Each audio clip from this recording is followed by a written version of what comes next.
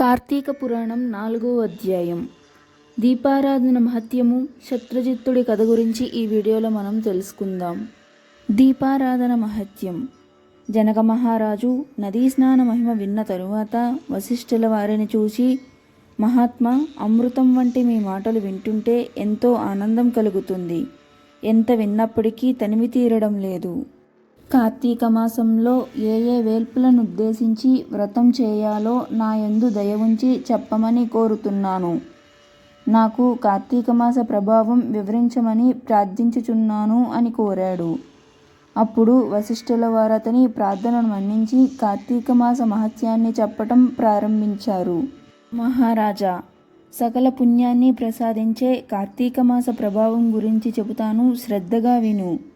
ఈ చరిత్రను వినుట వలన సకల కలుషాలు కరిగిపోతాయి, సకల పుణ్యాలు ప్రాప్తిస్తాయి.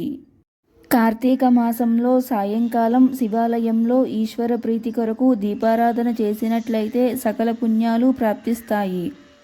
గోపుర ద్వారంబున గాని లింగాగ్రమున గాని ఆవునేతితో దీపారాధన చేసిన వారు పుణ్యాల రాశియు, అన్ని ధర్మాలు తెలిసిన వారును ధర్మాత్ములు అవుతారు. ఆవు నెయ్యిని ఉపయోగించే శక్తి చాలని వారు తిలాతైలం, నువ్వుల నూనెతో గాని, తుదకు విప్ప నూనెతో గాని, నారింజ నూనెతో గాని ఈశ్వరునకు దీపారాధన చెయ్యవచ్చును. వీటిల్లో ఏదీ దొరకనప్పుడు ఆఖరికి ఆమదముతోనైనా దీపారాధన చెయ్యవచ్చును. కేవలం పుణ్యం కొరకు గాని, ఏదైనా ఫలాన్ని ఆశించి గాని, ఆర్భాటం కోసం గాని, పేరు ప్రఖ్యాతులు కొరకు గాని ఏ విధంగానైనా సరే తెలిసి చేసినా తెలియక చేసినా దీపారాధన మహత్యం పొందగలుగుతారు. దీనికి చక్కని ఇతిహాసం ఉంది, చెబుతాను విను. శత్రుజిత్తుని కథ. పూర్వకాలంలో పాంచాల దేశాన్ని పరిపాలించే ఒక మహారాజు అష్టభోగాలు అనుభవిస్తున్నాడు. సంపదలో కుబేరునికి మించిపోయాడు. అతనికి భోగభాగ్యాలు అన్నప్పటికీ సంతానం లేకపోవటం వల్ల మనశ్శాంతి లేకపోయింది.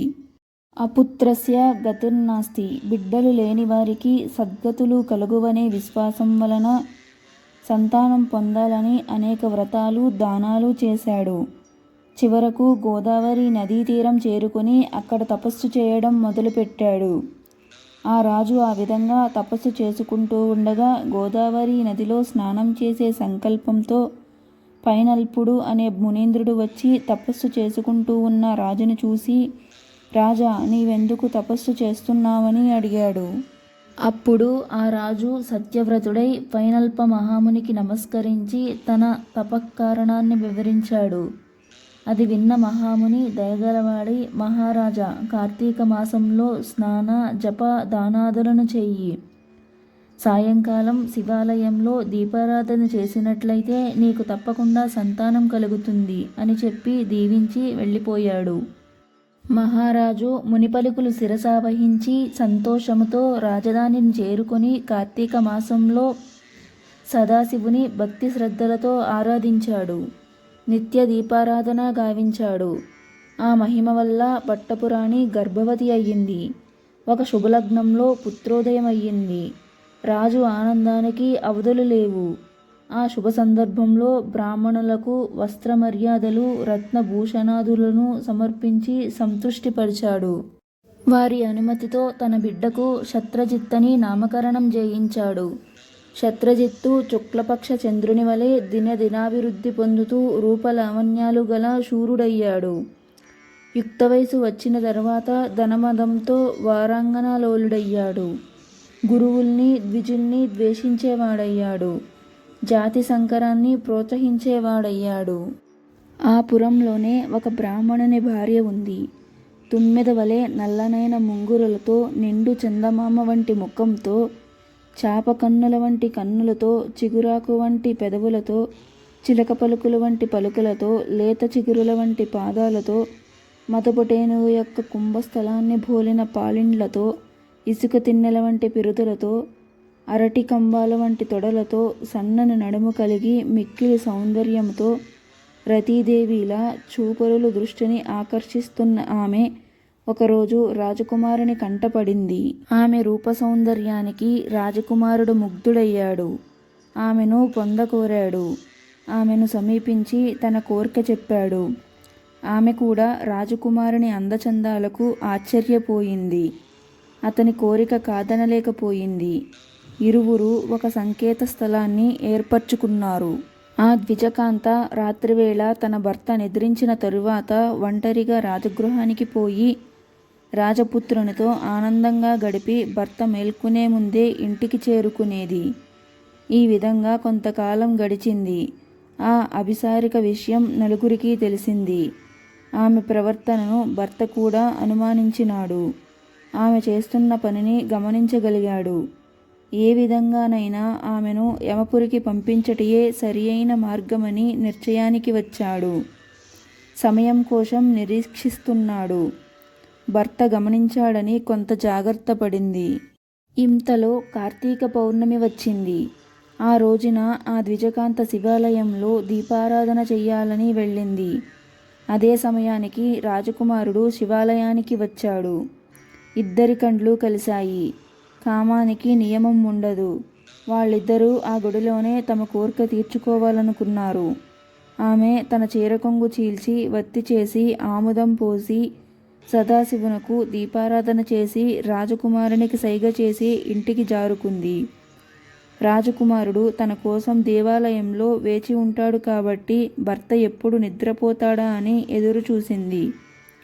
అనుమానంతోనూ అవమానంతోనూ కుంగిపోతున్న ఆమె భర్త ఆమెలోని కంగారు గమనించి నిద్ర ముంచుకొస్తున్నట్లు నటిస్తూ దొంగ నిద్రపోయాడు. ఆమె తన భర్త నిద్రించడం చూసి రహస్యముగా శివాలయంలోనికి చేరుకుంది. దీపపు ప్రమిద నిండుగా ఆముదం పోసి వత్తె పెద్దదిగా చేసి దీపాన్ని ప్రజ్వలింపచేసి ఆ వెలుగులో రాజకుమారునితో సరసల్లాపాలు ఆనందాబ్దితో మునిగిపోయింది. ఆమె వెన్నంటి వచ్చిన భర్త మెల్లగా తలుపులు బిగించి కత్తితో భార్యని పొడిచేసి తరువాత రాజకుమారుని హత్య చేశాడు. రాజకుమారుడు చనిపోయే ముందు కోపంతో ఆ బ్రాహ్మణుని చంపివేశాడు. ఈ విధంగా ముగ్గురు ఒకేమారు కార్తీక పౌర్ణమి సోమవారం నాడు చనిపోయారు. ప్రాణాలను తీసుకుని పోవడానికి యమలోకం నుండి యమభటులు పాశయుద్ధాలు పట్టుకుని వచ్చారు. శివలోకం నుండి శివకింకరులు కూడా వచ్చారు. శివదూతలు రాజకుమారుడిని బ్రాహ్మణుడి భార్యను విమానం మీద కైలాసం తీసుకుని పోయారు. భీకరకారులైన యమభటులు బ్రాహ్మణుని కాళ్ళు చేతులు కట్టి యమలోకమునకు ఈడ్చుకుని పోతున్నారు. అప్పుడా బ్రాహ్మణుడు యమభటులను చూసి, ఓ యమదూతల్లారా, ఏమి మీ ఆగడం, మీరు పొడబడి ఉంటారు. రాజపుత్రుడు నా భార్య పాపాత్ములు.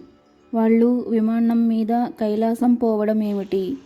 సదాచార సంపన్నుడైన నన్ను మీరు తీసుకుని పోయేంత పాపం నేనేమి చేశాను? మంచివాళ్లకు శిక్ష, చెడ్డవాళ్లకు మహాగౌరవం కలుగుటకు కారణం ఏమిటో నాకు అర్థం కావడం లేదు అన్నాడు. అప్పుడు ఆ యమదూతలు చిరునవ్వులు నవ్వుకుంటూ ఆ బ్రాహ్మణ జీవితో, బ్రాహ్మణోత్తమ, నీ ఇల్లాలు దురాచార పరాయణ అయినప్పటికీ, మోహం కలది అయినప్పటికీ తన చీరకొంగుతో వత్తి చేసి దీపారాధన చేసింది. ఆ రాజకుమారుడు పరధార విలాస చిత్తముతో కూడినవాడైనప్పటికీ నూనెను పాత్రలో పోశాడు. కార్తీక తైల ప్రభావం వల్ల వాళ్ళిద్దరి యొక్క పాపాలు నశించిపోయాయి. కార్తీక సోమవారం అజ్ఞానంతోనైనా దీపారాధన చెయ్యువాడు యోగీంద్రుడవుతాడు అన్నారు. శివలోకం పోతూ ఉన్న రాజకుమారుడు వారి సంభాషణ విని జాలిపడి కార్తీక సోమవారమున తాను పెట్టిన దీపపాత్రపు ప్రభావం ఆ బ్రాహ్మణునకు ఇచ్చాడు. దానివల్ల ఆ బ్రాహ్మణుడు యమపాసం నుంచి తప్పించుకుని దివ్య విమానంపై కైలాసాన్ని చేరుకున్నాడు. అందువల్ల కార్తీక మాసంలో తప్పనిసరిగా దీపారాధన చెయ్యాలి. ఆ విధంగా చెయ్యని వారు రౌరవం అనే నరకం పొందుతారు.